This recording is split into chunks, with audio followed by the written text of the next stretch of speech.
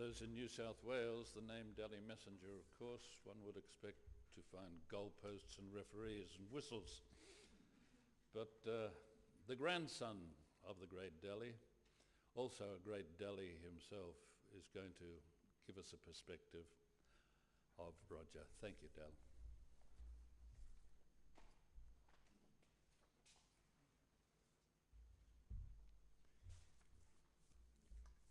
Thank you, Peter.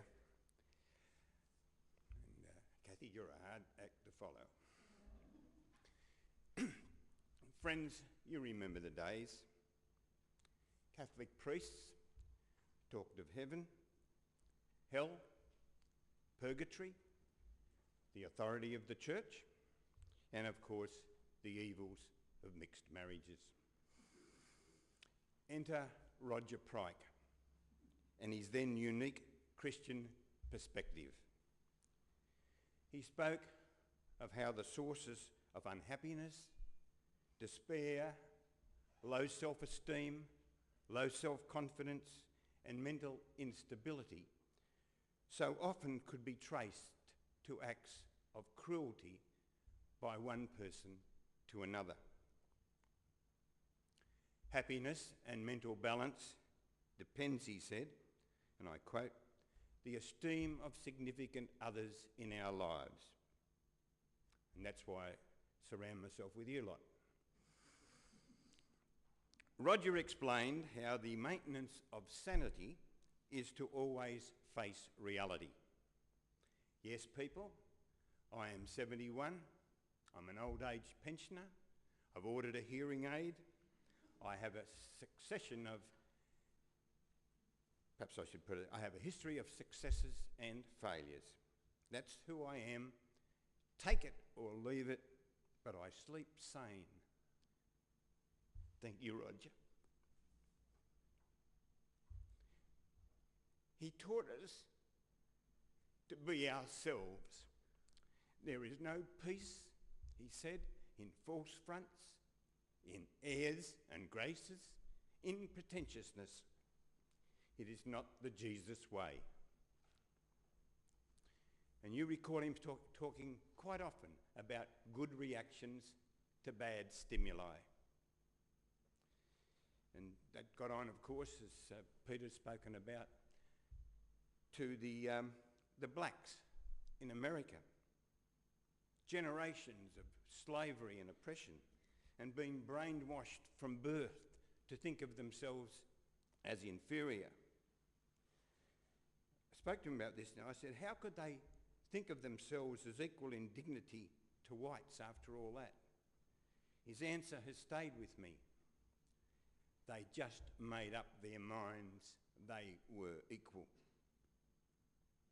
He held up a penny. It was still a penny then. If you love,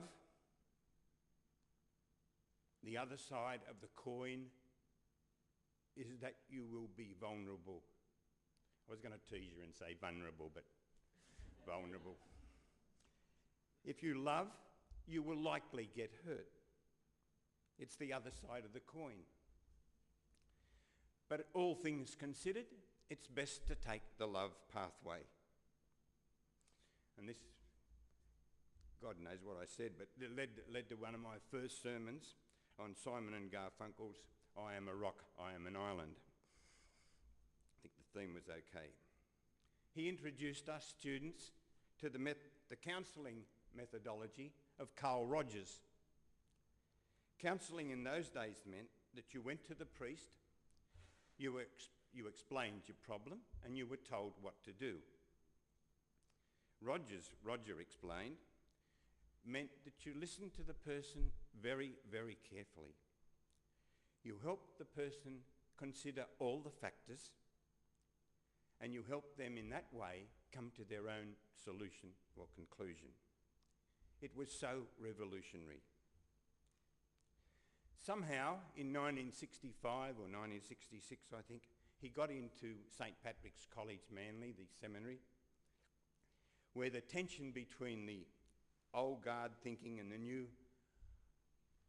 philosophy of Vatican II wreaked its own kind of misery.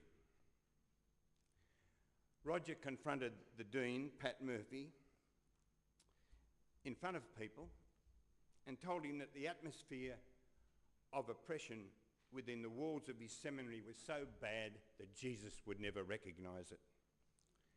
So courageous. I so admired the guy. He made such sense to me, and I know so many others. He's the only person I look back as a guru in my life. Permit me finally some brief personal memories. When still a seminarian, I went walking with Roger at Araluen near Canberra.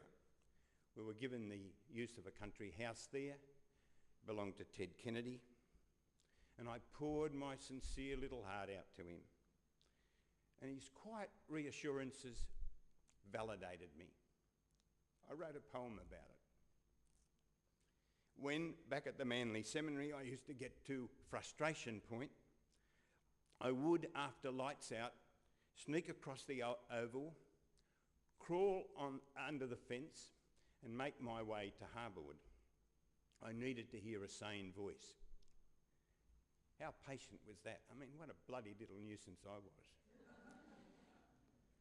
20 years ago, he rang me in Melbourne and said he was coming down south and intended to stay with me and my then wife for a week, which he did.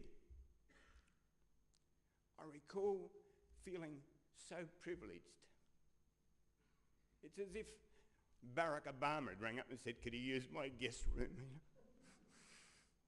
I recall that at the time he talked about the Progoff intensive journal method of gaining self-awareness. He was always into that stuff, wasn't he?